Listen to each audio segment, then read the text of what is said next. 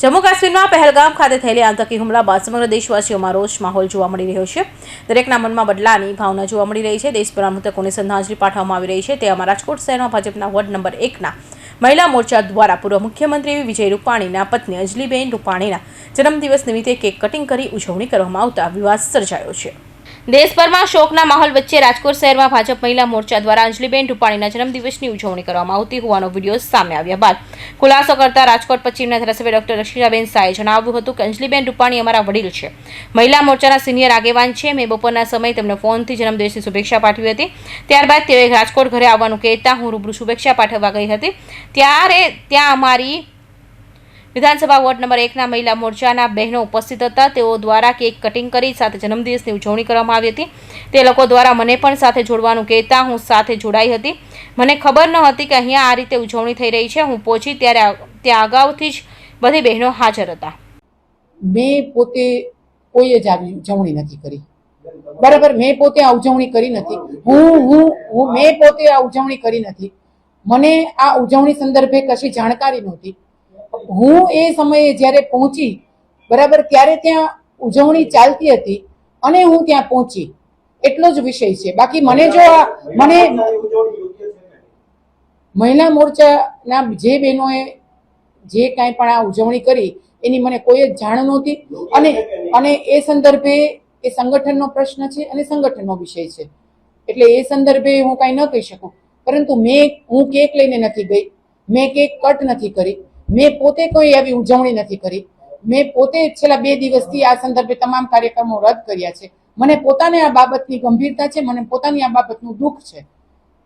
પરંતુ આમાં કહે ને કે કાગનું બેસવું ને ડાળનું પડવું, બરાબર। હું એ અંદર એન્ટર થઈ અને ત્યારે આ લોકોનું આ લોકોની આ ઉજવણી ચાલી રહી હતી અને બરાબર હું ત્યાં પહોંચી। હવે સ્વાભાવિક છે કે તમે ત્યાં પહોંચો અને તમે પણ શુભેચ્છા આપવા માટે જ ગયા છો, તો તમે પણ શુભેચ્છા આપો છો। અને બહેનોની લાગણી હતી કે બેન તમે આવ્યા છો જોગાનું ચોક અને તમે આમાં આવ્યા છો તો તમે અમારી સાથે પણ ફોટો પડાવો, એટલા માટે થઈને હું એ કાર્યક્રમમાં ત્યારે ઉપસ્થિત હતી।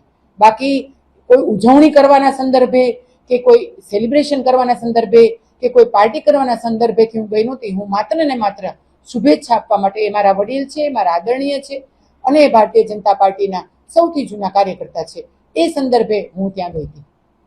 આ કેક કટિંગ સાથે ઉજવણીમાં ધારાસભ્ય ડોક્ટર રક્ષિતાબેન શાહે પણ જોવા મળ્યા હતા। જો કે આ વિડીયો સોશિયલ મીડિયામાં વાયરલ થતા રાજકારણ ગરમાયું છે। વિપક્ષ દ્વારા ઉલ્લેખ કરાયો કે મોતનો માલજો જાળવવો જોઈએ, તો દર્શિતાબેન શાહ દ્વારા તેઓ આ કાર્યક્રમથી અજાણ હતા અને શુભેચ્છા પાઠવવા ગયા ત્યારે ત્યાં બહેનો હાજર હતા તેવું કહી લૂલો બચાવ કર્યો હતો। બીજી તરફ આ મામલે રાજકારણ ગરમાયું છે અને વિપક્ષ દ્વારા પણ આ મામલે પ્રતિક્રિયા આપવામાં આવી છે। વિધાનસભાના વિપક્ષ નેતા અમિત ચાવડાએ નિવેદન આપતા જણાવ્યું હતું કે પહેલગામમાં આતંકવાદી હુમલા છતાં ભાજપના મહિલા મોરચા બર્થડેની ઉજવણી કરી હતી। આ વાત મને મીડિયા માધ્યમથી જાણવા મળી છે। કોઈપણ રાજકીય પક્ષના લોકો હોય તેમને મોતનો માલાજો જાળવવો જોઈએ। આખો દેશ શોકાતુર હોય તો આવી ઉજવણી રાજકીય પાર્ટીના આગેવાનોએ તો ના જ કરવી જોઈએ।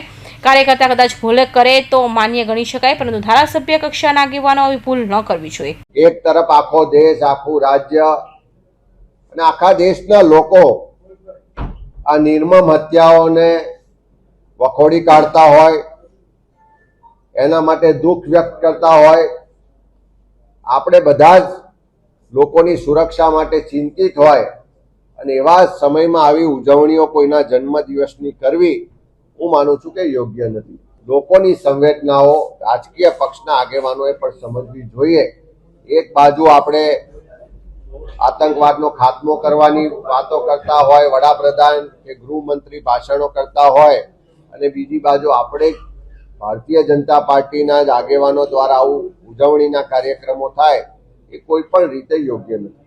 કરુણ ઘટના બાદ અંજલિ રૂપાણીએ પણ મહિલા મોરચાને ના ન પાડી અને હસતા મોઢે કેક કાપી સેલિબ્રેશન કરાવી ફોટો વિડીયો કરાવ્યા હતા।